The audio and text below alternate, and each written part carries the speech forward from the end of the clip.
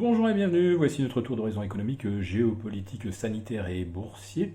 Nous sommes le vendredi 13 novembre et pour comprendre comment tourne la planète finance, c'est sur la bourse au quotidien. Et nulle part ailleurs, et l'épisode du jour s'intitulera Le vaccin qui guérit tout et même des ventes à découvert. Oui, les marchés continuent de vivre une parenthèse enchantée depuis la publication du communiqué de Pfizer lundi à 6h45 du matin, heure de New York, et une annonce qui a marqué un tournant décisif, puisque contrairement aux précédentes annonces de vaccins, cette fois-ci, les acheteurs ont poursuivi leur travail de mutation des portefeuilles, de rotation sectorielle. Bon, quand je dis que c'est les gérants, en fait, quand on voit que tout a basculé en moins d'une minute lundi à 12h44, 12h45 sur les places européennes, ça veut dire que ce sont les algos qui font le travail naturellement. Personne n'a le temps en une minute de rentrer 10 000 ordres d'achat pour rafler sur toutes les plateformes et même dans les dark pools tout le papier qui peut traîner. Car vous le savez, une valeur comme LVMH, L'Oréal, Saint-Gobain, Total sont cotées sur au moins 5 ou 6 plateformes différentes et je ne vous parle même pas du nombre de dark pools. Donc il est évident que lorsqu'en une minute le CAC 40 prend 100 points, qu'il en prend 200 en un quart d'heure et 300 en une demi-heure, ce ne sont pas des êtres de chair et d'os qui ont revu leur stratégie, la composition de leur portefeuille. Tout cela a forcément été préparé bien en amont.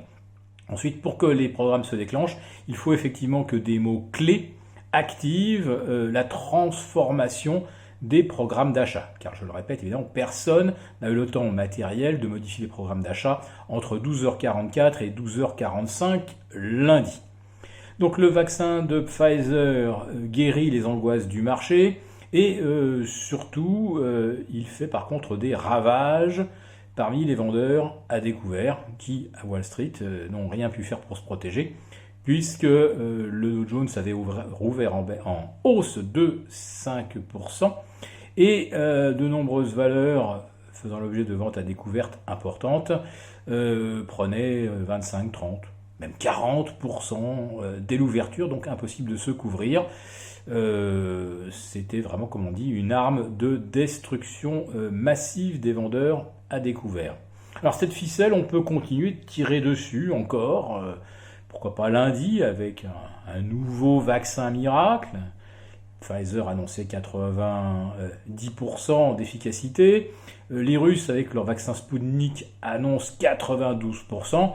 Attendons-nous lundi à ce que soit un laboratoire chinois nous annonce 93, voire un des laboratoires les plus en pointe dans les thérapies géniques nous annonce 94%. Même si c'était totalement faux, ça n'a strictement aucune importance. Les marchés payent l'espoir. Quelle sera la réalité économique dans 6 mois si jamais on a un vaccin et que ce vaccin est efficace plus de 15 jours. Personne n'en sait rien et d'ailleurs personne ne cherche vraiment à le savoir. Ce qui compte, c'est l'argent qu'on peut gagner tout de suite et notamment en massacrant les vendeurs à découvert pour lesquels je n'ai pas d'ailleurs une affection particulière, donc je ne les plains pas forcément. Ceux qui sont vendeurs à découvert sur Renault m'ont déjà beaucoup agacé et il y a plein d'autres entreprises qui ont fait les frais de ces ventes à découvert et qui ne le méritaient pas forcément.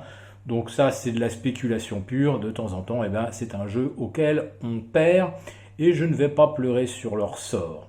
Par contre, je m'interroge pour savoir s'il y a effectivement encore du potentiel à la hausse à Paris, avec un CAC 40 revenu au-dessus des 5004, mais qui semble quand même coiffé aux alentours des 5460, 5480. Tandis que les indices US, eux, depuis 4 jours, plafonnent sous leur résistance historique, qu'elle date du 12 janvier comme pour le Russell 2000, du 12 février pour le Dow Jones, ou du 2 septembre pour le S&P et le Nasdaq. En tout cas, on est quand même arrivé sur des zones de résistance très importantes. Et je ne sais pas si la prochaine annonce de vaccin sera capable de guérir les marchés de leur peur de franchir des obstacles majeurs comme les 3550 sur le S&P ou les 30 000 sur le Dow Jones, et bien sûr le 12 000 sur le Nasdaq.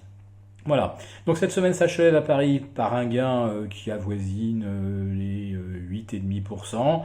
Après les 9% de la semaine dernière, nous sommes à 20% des planchers du vendredi 30 octobre. Il est évident qu'au 30 octobre, on vous aurait dit le résultat des élections américaines sera tellement serré qu'on ne pourra pas connaître le nom du vainqueur avant le 4 décembre. On va s'enfoncer à nouveau dans la récession avec la remise au goût du jour des mesures de confinement. Et à Chicago, ça y est, la maire, Madame Lightfoot, a enjoint ses administrés de ne plus faire de fête, de faire une croix sur Thanksgiving.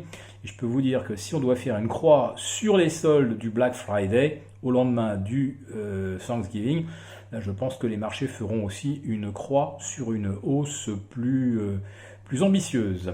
Si cette vidéo vous a plu, n'hésitez pas à nous mettre un pouce et on vous retrouve lundi pour une nouvelle quotidienne et un nouveau rendez-vous avec Gilles pour nos abonnés. Très bon week-end.